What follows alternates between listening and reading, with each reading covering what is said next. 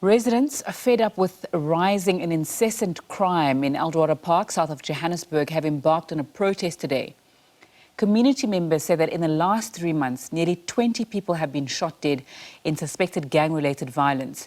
Earlier this month, 2 teenagers were killed in a drive-by shooting. Residents are demanding police increase visibility in the area to put an end to the bloodshed. SABC News reporter Patricia is in Eldorado Park and joins us now. Very good afternoon to you, Patricia. What are you hearing?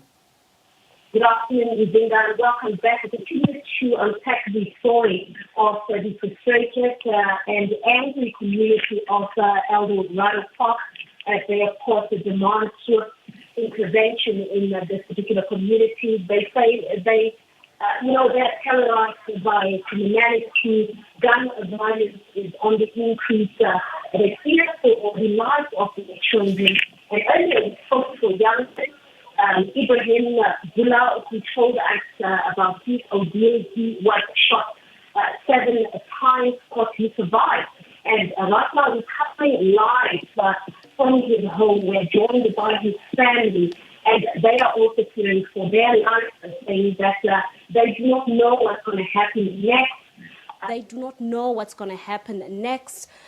They don't know who shot Ibrahim, and they fear that their lives might be targeted next. I'm now going to speak to Ibrahim's mother, and that is Rachel Bula. Thank you so much for joining us. As a family, you are gripped in this terror of violence, in particular gun violence. Your son was a recent victim. He has survived. He was shot 7 times on the 23rd of August, as he told us earlier in the interview we did. But as a family, how have you been coping since then? Hi, Patricia. Not very well. Hi.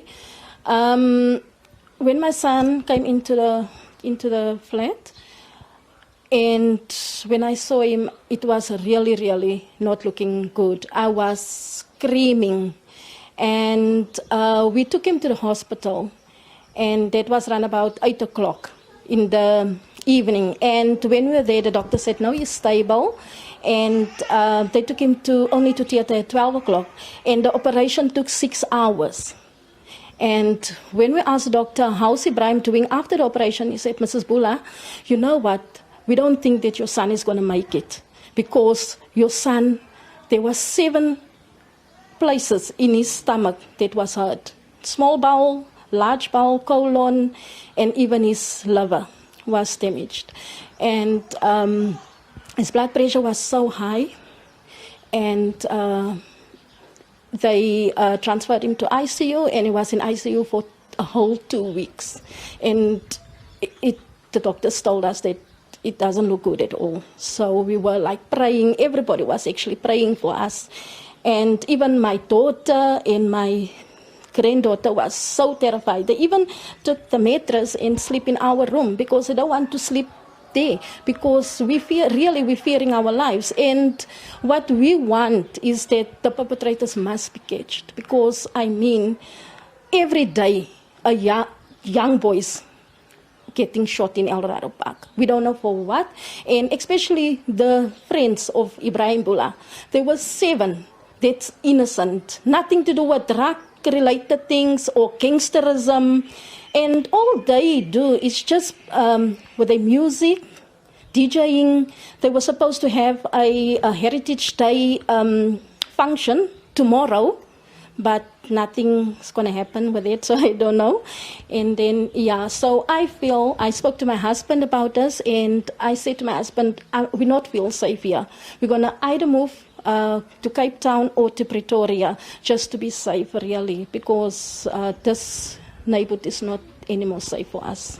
And the police, have you had any luck with the police since this nightmare that your family has experienced? Not yet. Nobody's contacting us and everything, so we don't know what's happening, basically, with the case. Yeah, we don't know. And every day as a family, how are you keeping up, after this trauma, and really not knowing who did this to your son, and yet you must go on as if nothing happened? Yeah, I really I don't feel good at all, Patricia, yes, because it's fearful, because I have to go to work in the morning. I don't know who's watching me outside or anything.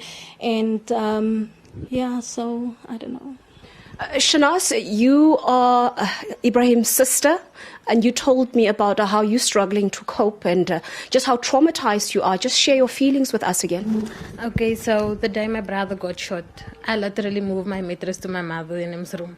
You know the feeling of being you in fear, and we living by the flat, so the stairs. I listen to each and every single step. That's every sound that's about the flats, I listen to it. That's the way I'm very traumatized. And the fact that I'm working from home, so it's affecting my work. That's affecting my work terribly. And I actually, I sent the email, we have those counseling sessions at work, and that's what I did. I signed up for the counseling sessions because of the fear that I have. So, it's me, when my brother got shot, I was the one that took him down. I was the one that wiped him. Till now, I'm the one that cleaned his wounds, everything. Just knowing that you can't even be outside after 6. It's terrifying because I can't even be as a normal person outside anymore because I need to fear the fact where I'm sitting, I need to look backwards and forward. That's not the way of loving, It's just too much. It's just getting too much. Thank you so much. And this is the testimony, the reality, perhaps the nightmare that, many families in this particular community experience almost daily. And all they are asking for is some sort of relief. They're asking for the leaders to come on board and save them. They need saving. That is what's happening. Of course, we're moving back to the police station as we understand that a march is set to start there at around 1 o'clock.